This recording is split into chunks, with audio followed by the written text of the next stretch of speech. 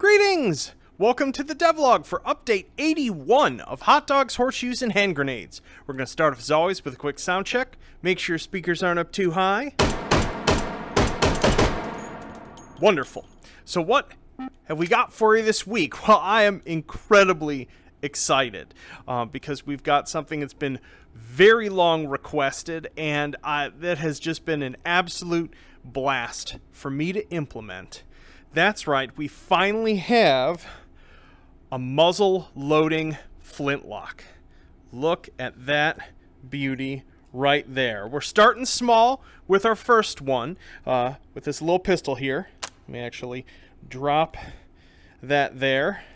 Let's just take a first quick look at it. For those of you who don't know what separates a flintlock from, say, a modern pistol, I'm going to give you a quick introduction. Sorry for those of you who already know, but you can think of a firearm like this, almost like a tiny cannon, in that we have a barrel here that is loaded from the muzzle with powder and then shot, oftentimes wadding, in between. We have a ramrod that is conveniently located underneath the firearm to help us actually get everything into the barrel there.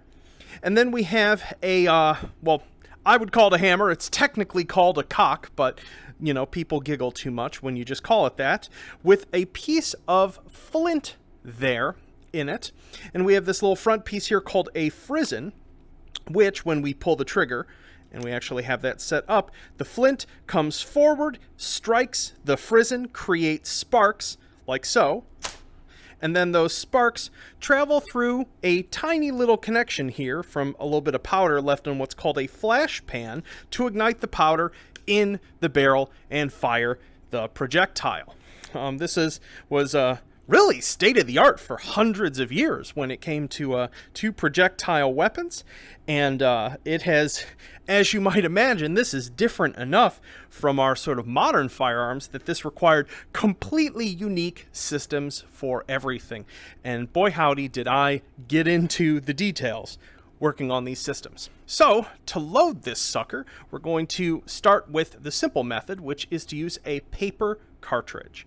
This contains a 69 caliber lead ball in it and a pre-measured amount of powder to fire it correctly. So what we do is we bite the tip of this off by bringing it near our mouth, and as we can see, we spit the tip out there. We are going to move our gun here to half cock, which is clicking left or right on the touchpad or joystick. This makes it so that when I pull the trigger, it doesn't actually fire. It's just sort of a safety mechanism. Our frizzen is forward, so our flash pan is exposed. We're going to move our paper cartridge over it and click the trigger once to dump a little bit of powder in there. I'm going to put one more on for good luck. I'm going to swipe my hand by the frizzen to close it, and then carefully dump the rest of this, just by angle, into the barrel here, and put the rest of the paper cartridge in. Grab our ramrod out, pop that on the top, tap this.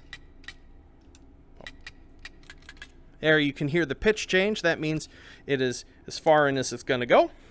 Click down on the touchpad or joystick to move us to full cock.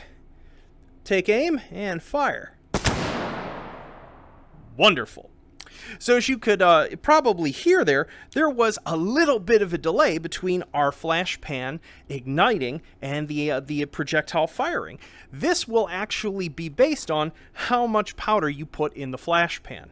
In how to put it, Hollywood tends to exaggerate that firing delay just because it's kind of cool, and you can do the same by putting up to 5 taps on. So if we go, just to compare here, and I'm not going to fire a shot out of this, if we just put one on there and fire, actually wait, you're not hearing the actual delay. I'm a doofus. Go like that, and let's just fire powder out of this. So this is, with just one, pretty much instant, whereas if we put 5 on here,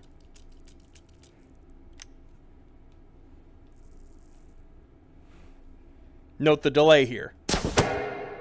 So much longer lock time. It's sort of counterintuitive, but if you put more powder on the flash pan there, it takes longer to burn through it to get into the barrel. Also, as you might imagine, there are ways that you can load this incorrectly. If you decide to put your shot inside before your powder, well, then there's nothing for the flash pan to ignite, and you might as well just, in H3 at least, throw the gun in the garbage. It is now broken. One of the things that took so long in implementing this is that the barrel contents are actually simulated as a sequence of things. So what we can actually do is, let's see here, let's put in some powder, like so. I'm going to put this down here, put in some more powder, put in the first shot. Oh, that fell to the ground. Okay, that's rammed down. Put our second one in.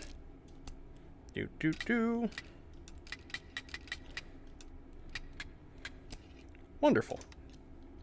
Like so, and oh, we forgot to put some powder on the flash pan, but we already used the powder on our cartridges. So let's pull out our little holder right here. Actually, let me put that there. Flick the top off like that, and we can do the same thing as with a cartridge, and just put one, or if we're feeling frisky, just go wild. Honestly, I like the long lock time. It just feels cool and powerful. And now you will see us actually fire a single shot with 2 projectiles. Wham! As you can see, less accurate the more projectiles we have coming out of this. And you might also be asking, can I get this to blow up? There are a bunch of ways that you can do that, and I will leave that the results of that to you folks to experiment with and play around with. If you don't want to use the paper cartridges, by the way, you don't have to. I can totally take this and I can either, click this 20 times, or I can just like eyeball it that's probably okay. Just put bare shot in, like so. I really hope I didn't put too much powder in this.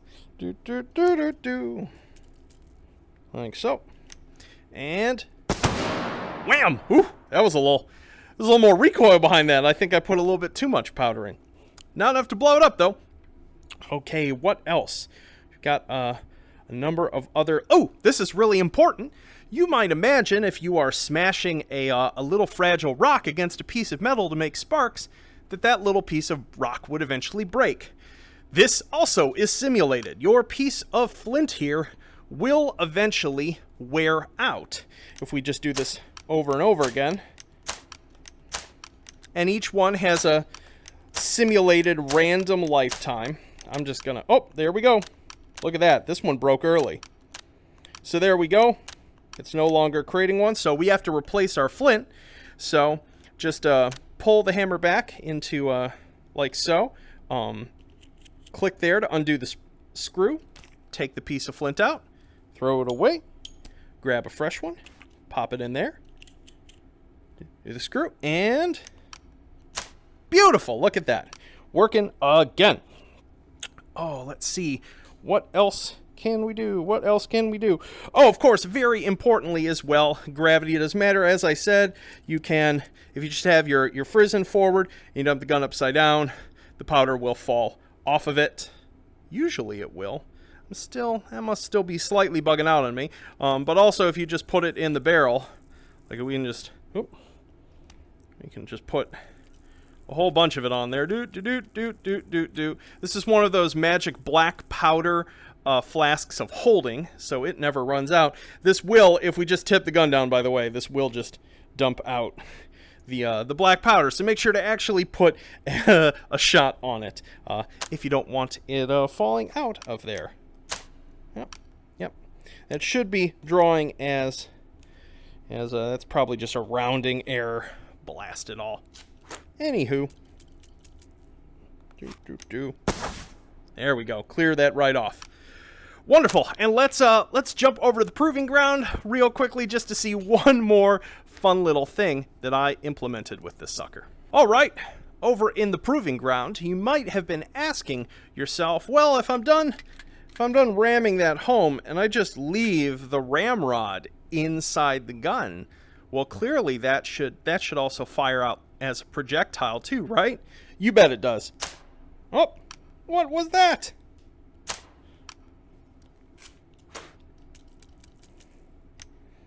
Oh, darn it. There we go. Oh, looks like we set him on fire too. Wonderful. And there's our ramrod. Should really make it so you can spawn extra ramrods. You can't right now. By the way, there's definitely some fun to be had.